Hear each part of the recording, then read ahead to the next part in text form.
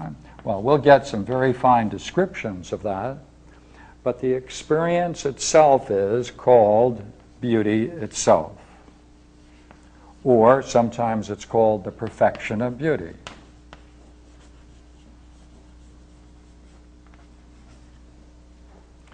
Now, it doesn't tell us yet too much about the nature of this kind of beauty that is experienced. And we need a good description of that. We'll get that in a short while. Right? Now, if therefore intelligence, being, and vitality experience as the perfection of beauty is a multiplicity, and if you can know this, and since you can know this as a multiplicity, this is also the nature of knowledge to Plotinus and the Platonic tradition. That's what knowledge is, right? And in that you can make claims. You can make claims about it without qualification. It does not admit of degrees. That is possible to know it.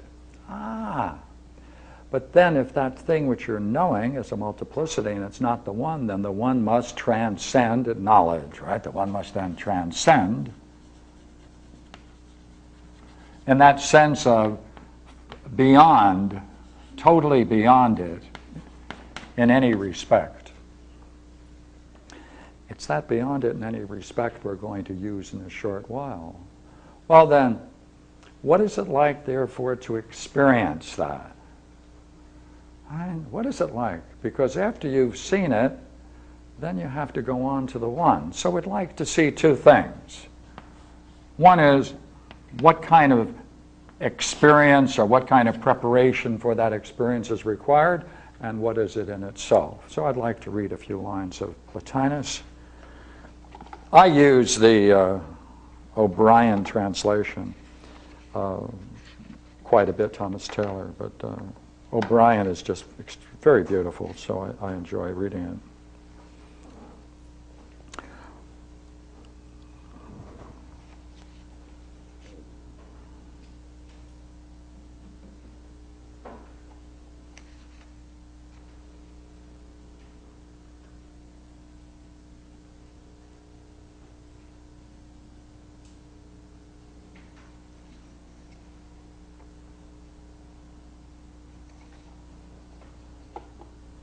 Problem in even reading Plotinus is I might enjoy it and keep reading.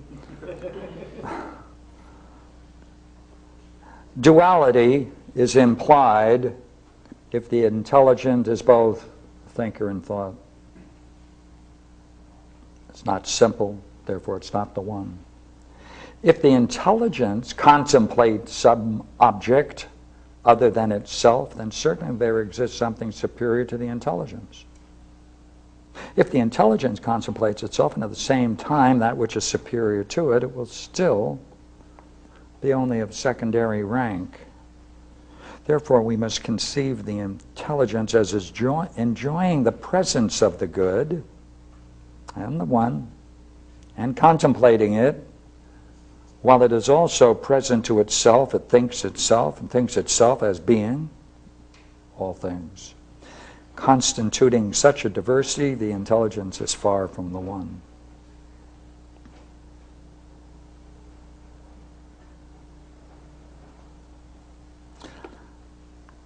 Therefore, the soul must advance into the formless. As the soul advances towards the formless, unable to grasp what is without contour and to receive the imprint of reality, it fears it will encounter nothingness and it slips away. Its state is distressing. It seeks solace in retreating down to the sense realm.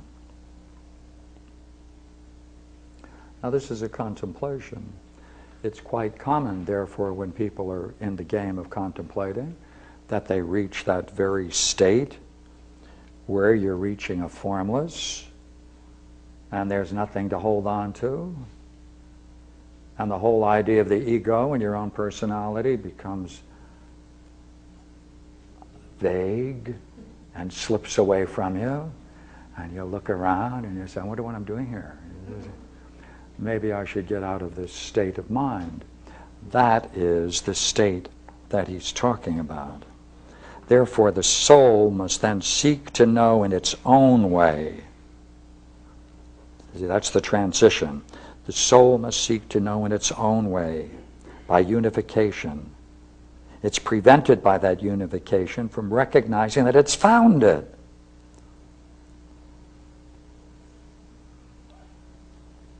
Nevertheless, a philosophical study of the one must follow, because that's what the soul seeks. The one, it would look upon, is the source of all reality, namely, the good and the one. It must not withdraw from the primal realm and sink down. Rather, it must withdraw from sense objects, turn to the highest, must free itself from all evil, since it aspires to rise to the good. It must rise to the principle possessed within itself, and from the multiplicity that it was, it must again become one. Only in this way can it contemplate the supreme principle, the one. Now, having become the intelligence, having entrusted itself to it, committed itself to it, having confided and established itself in it, so that by alert concentration the soul may grasp all the intelligence sees, it will by the intelligence contemplate the one, without employing the senses, without mingling perception. It must contemplate this purest of objects with the purest of the intelligence, through that which is supreme in the intelligence. What must it do? It must go through the intelligence to contemplate the one.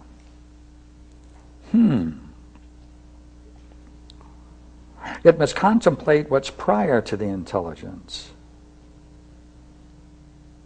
The one then is not the intelligence, but higher. Intelligence is still a being while the one is not a being.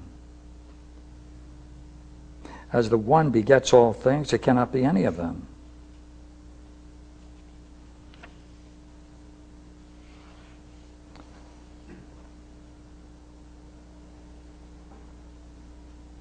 Therefore, we must go beyond knowledge and hold to unity.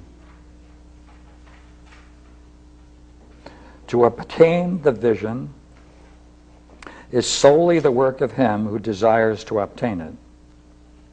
If he doesn't arrive at contemplation, if his soul doesn't achieve awareness of that life that is beyond, if the soul does not feel a rapture within it like that of the lover coming to rest in his love, if because of his closeness to the one he receives its true light, his whole soul made luminous, but it's still weighted down with his vision frustrated, if he doesn't rise alone, but still carries within him something alien to the one, if he is not yet sufficiently unified, if he has not yet risen far, but is still at a distance, either because of the obstacles to which we have spoken of, or because of lack of such instruction as would give in him a direction and a faith in the existence of the things beyond, he has no one to blame but himself. And should try to become pure by detaching himself from everything. Okay, I want to go back.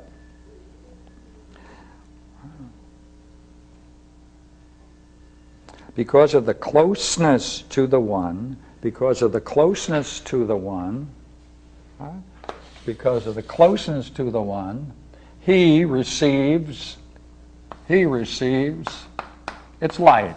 This is the luminous radiance, right? Sometimes called divine luminosity, right?